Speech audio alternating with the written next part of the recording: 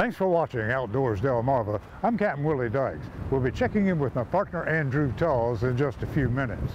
You know, small businesses are often considered to be the backbone of the American economy, and we found one based right here on Delmarva that makes products for serious anglers all over the world. We've been hearing about DS Custom Tackle for a few years now. It seems to be one of the go-tos for many of the surf anglers who participate in the various surf fishing tournaments so popular in the spring and fall. Our surf rig here that people are catching the bluefish on. I credit all my wins to their tackle. Only them and them only are the ones you catch the fish on. Their products also drew a steady stream of customers at the recent Millville Outdoorsman Expo. What makes you guys different? It's the components. We don't start off with cheap components. We're available in probably 5 stores in the area, online. We've got customers in Europe, Asia, as well as Australia. Now surely a small local business with international sales must be a huge outfit. And here's where the magic happens, at this tiny, unassuming building at the end of a long driveway in Millsboro. Who was involved in DS Custom Tackles? Dave and myself. That's it, huh? Just us, right? There's nobody else. Yeah, pretty much. So how did this whole thing start? This whole thing started in a shoebox with, what, 8 colors of pill floats, some owner hooks, and I don't know, 500 feet of monofilament. And we were just like, all right, let's just, you know, make some rigs and we'll do this. And here we are, what, 4 years later? 5 years later, we now have top and bottom rigs, a couple different types, mullet rigs. We came up with the design of the modified mullet rig. That was debuted last year and it took off. Now, why did you decide to start making your own stuff? Because we've been making our own gear for years. I mean, if you go to the store and you buy all that gear and those fancy bags and everything else, it's just cheap Chinese junk. Hooks are dull out in no time being dragged through the sand. You catch a small fish and the hook snaps. It's just, it's cheap. It's made cheap so it can be sold and, you know, make a profit off of it. I got tired of using that gear years ago, so we started making our own gear. The biggest key that we have found is the hooks. I take people fishing all the time. They're using junk gear. We give them some of our gear and they start catching fish. Since these guys are avid fishermen, they learn from trial and error how to improve upon an existing design. Take their modified mullet rig, for example. So that's a regular mullet rig. Float moves around and all that, right?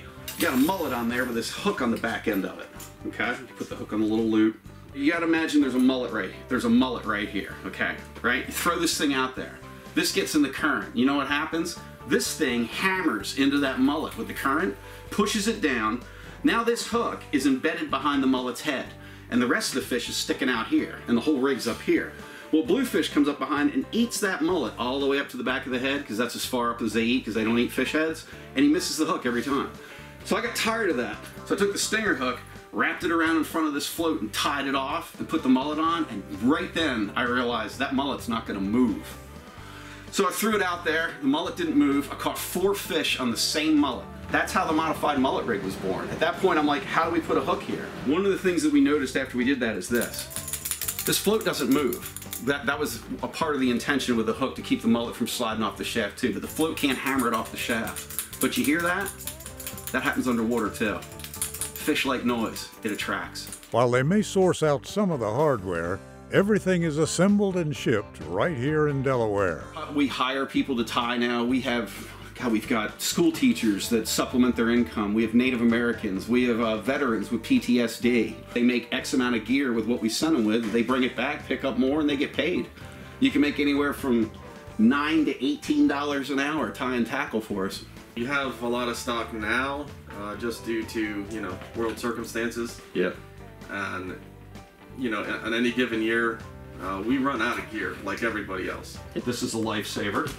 You just have to do this by hand. Not a lot of fun. Making 4 or 5 rigs by hand with a pair of crimpers isn't bad. Making 500 rigs with a pair of crimpers is a nightmare. And we're selling gear from Maine to Miami, the entire East Coast. California. And we're starting to move into states now to where we go to we're going to start selling to stores in other states. We have 5 stores we sell to exclusively in Delaware, and that's where we keep it. We like that nice little number. It's easy to stock. You can get them at Dan's Tackle Box, Ice House Bait and Tackle, Broadkill Beach Store, Lighthouse View Bait and Tackle, the shop at the Cape Henlopen Fishing Pier, and Fenwick Tackle. So we're pretty much all up and down Route 1. And then everywhere else, people order it. We've even had people order the stuff that live right in Fenwick or Rehoboth because the stores don't have the gear because it sells that fast. So the moral of the story is, if you see a need, fill it. These guys did, and now they're building their own gear and making a little cash at the same time. Get outdoors, Delmarva.